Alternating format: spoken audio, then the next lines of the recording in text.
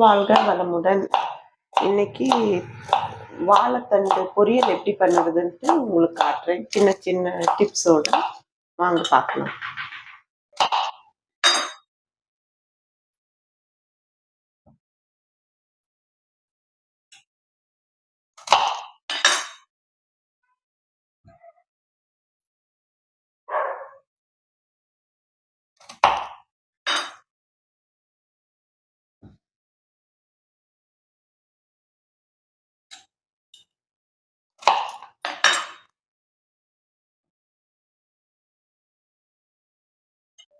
வாழைத்தண்டை cut பண்ணிங்கன்னா இந்த மாதிரி நார் வரும்.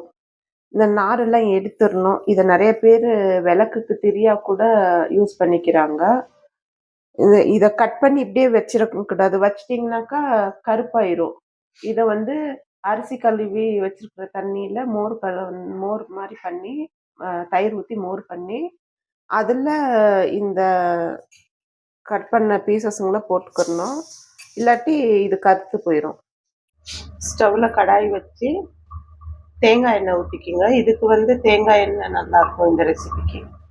எண்ணெய் காஞ்சதும் கடுகு போட்டுக்கோங்க. இது எங்கள் வீட்டு மரத்து கருவேப்பிலை, ஃப்ரெஷ்ஷாக இருக்கு பாருங்க. பச்சை மிளகா, வெங்காயம்,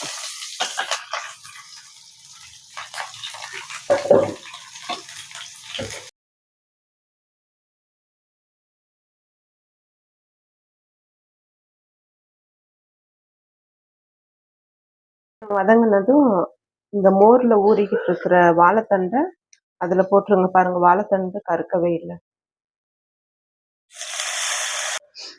இதை வீக்லி ஒன்ஸ் ஆச்சு நீங்கள் எடுத்துக்கிற மாதிரி ட்ரை பண்ணுங்க. இந்த பொரியலுக்கு தேவைப்படுற உப்பு போட்டுக்கோங்க.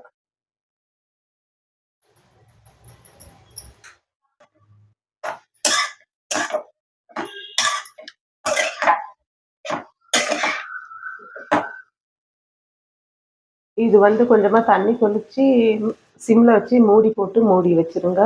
ஒரு 10 நிமிஷம் போல் நல்லா வெந்துடும். தண்டை நல்லா நசுக்கி பார்த்தாலே வெந்தது தெரியும். பாருங்க, வெந்துருச்சு நல்லா தண்டு. பருப்பு, கொஞ்சம் தேங்காய் பூவு, கொத்தமல்லி, இதை போட்டு பாருங்க. தண்ணியெல்லாம் இல்லை, இதுல இருந்த தண்ணியெல்லாம் வத்திருச்சு கூட, ஆயிப்போச்சு. இது ரொம்ப டேஸ்டி ஹெல்தி ரெசிபி. நீங்களும் ட்ரை பண்ணுங்க.